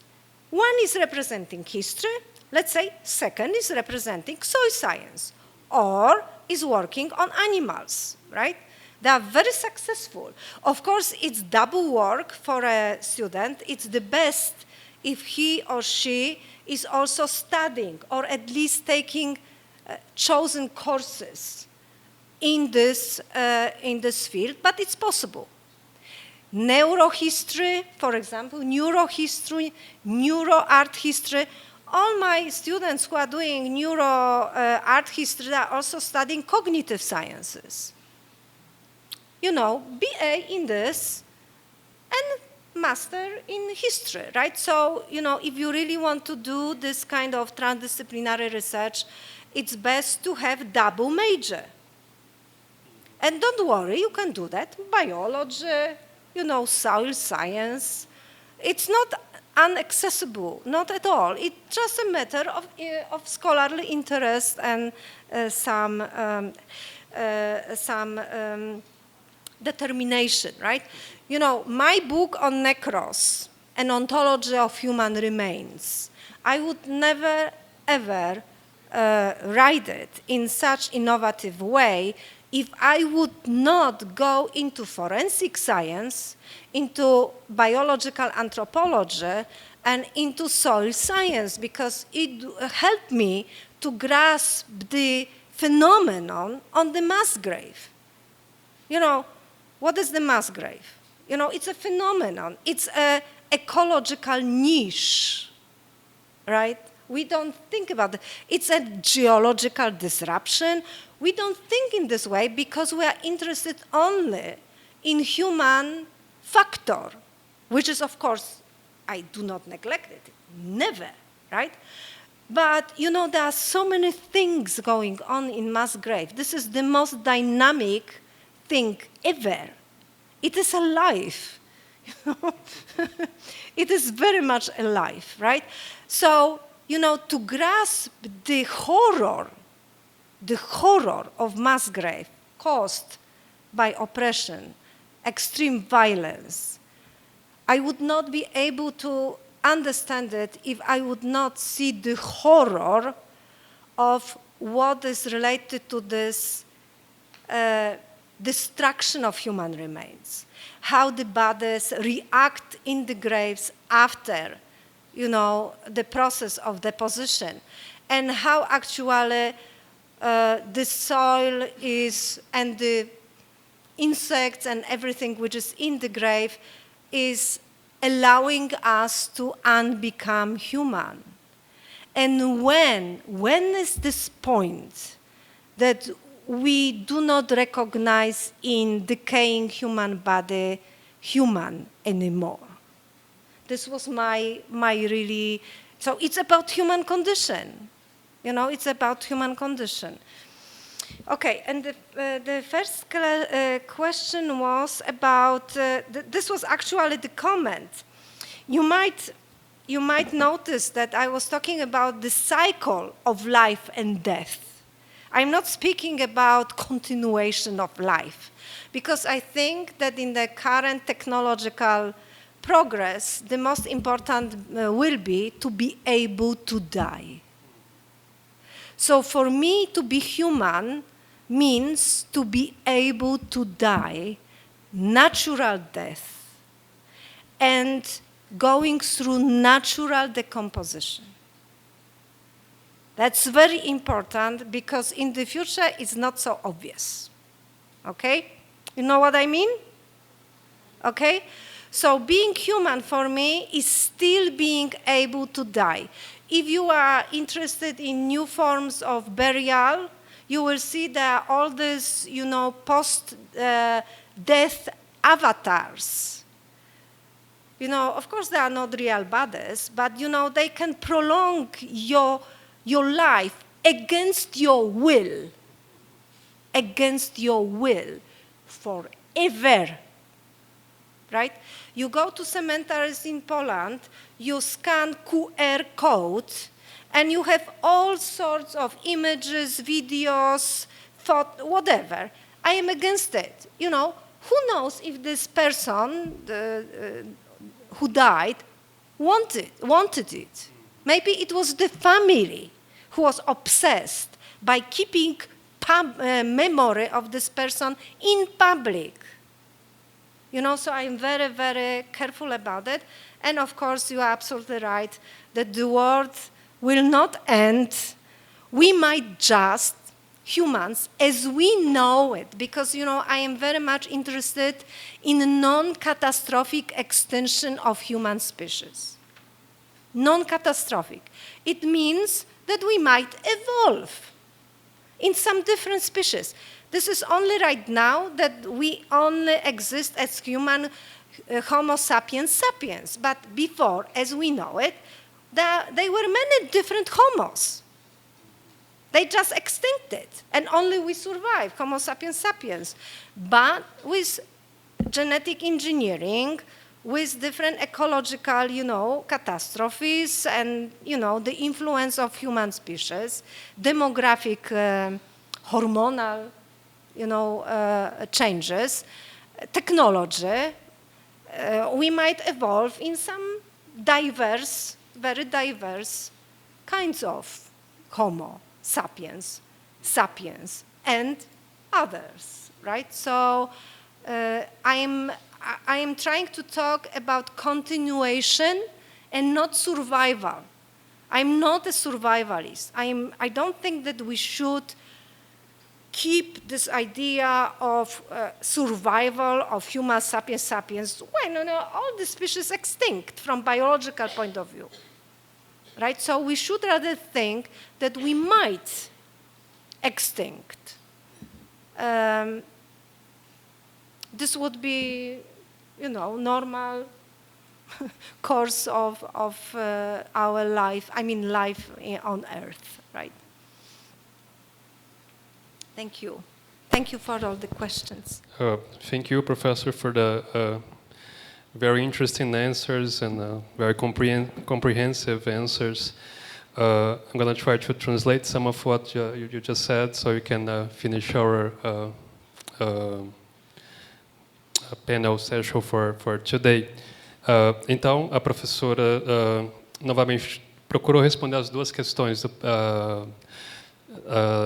que foram feitas, né, com o mesmo comentário, a partir da própria experiência dela como professora, né, ou seja, como ela lida com seus orientandos. E a ideia é, ela não pode comentar naturalmente sobre o caso específico da Guerra do Contestado, né, porque ela desconhece, mas ela vê aí naturalmente um grande potencial, né, de pesquisa, justamente na medida em que essa pesquisa, especificamente, né, muito interessante, ela contribui para formular novos problemas de pesquisa, que para ela não tem que ter uma dimensão normativa, mas, sobretudo, inspirativa, né? Ela tem que inspirar outras questões. Né? É um problema de pesquisa que inspira outras questões, que coloca outras questões. Né? E como essa multiplicidade de questões, naturalmente, vai levar a uma multiplicidade de fontes, né, de formas de lidar com a materialidade, né, dessas fontes, em modos não tradicionais, em modos com os quais a gente não está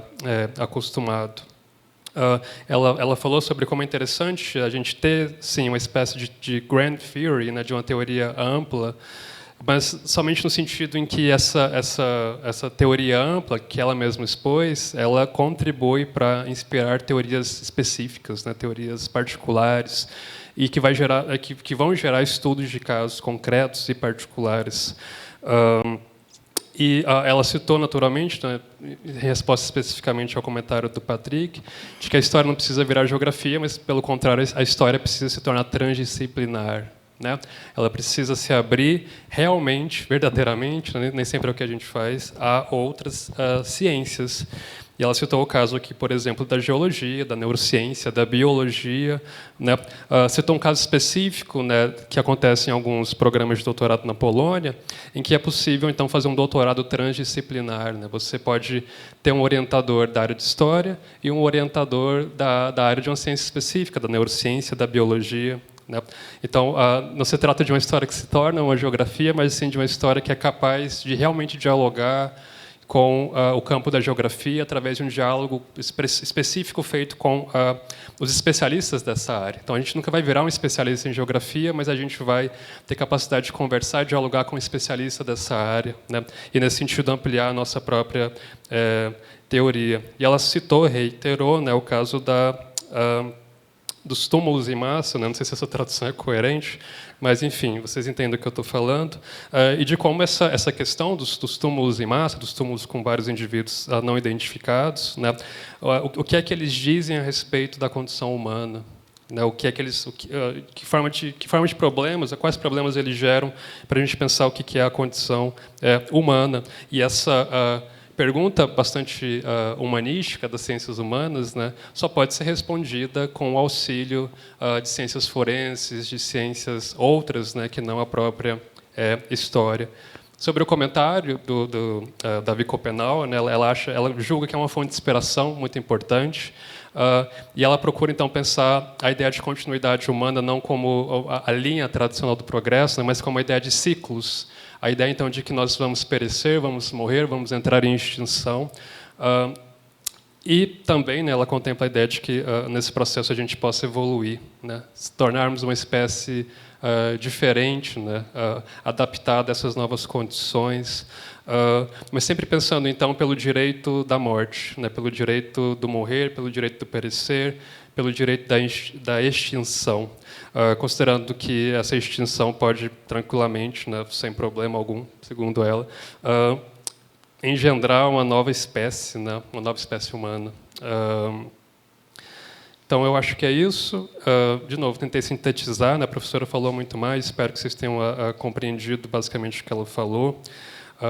So, Professor, going to end for today, right? Yes, I just want to say that this is one of my favorite articles. This article was written by Sue Savage-Rambo, who is a primatologist, but the three other authors are chimpanzees. So this article was published in very important Journal of Applied Animal Welfare Science in 2007. And it raised a very dynamic discussion about the copyrights. Who hold copyrights? Copyrights, amazing. Mm-hmm. Right? So I just, show you that because it's a very interesting, it's already old. Imagine, it has already, 20 almost years. So we progressed since then, right?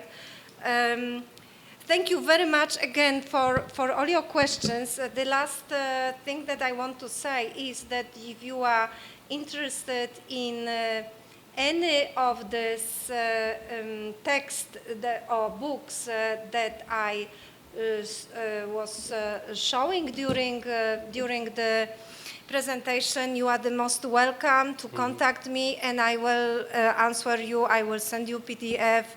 And if you have more questions, we can continue.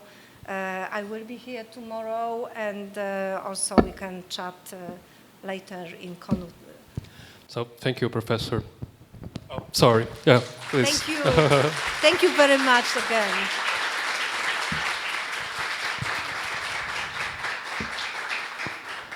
Enfim, a professora se disponibilizou para responder questões, para enviar os slides, para enviar o PDF. Né? Queria agradecer a presença de todo mundo, agradecer ao professor Breno Mendes, sem o qual esse evento não seria possível. Ele trouxe o EPETHH para o Centro-Oeste goiano, Centro-Oeste brasileiro, para Goiás. Quero agradecer a Tainá Marino, sem a qual a gente não teria conseguido trazer a professora Eva para cá hoje. E a gente se encontra amanhã no resto da semana, tá? Obrigado, gente. Tudo de bom.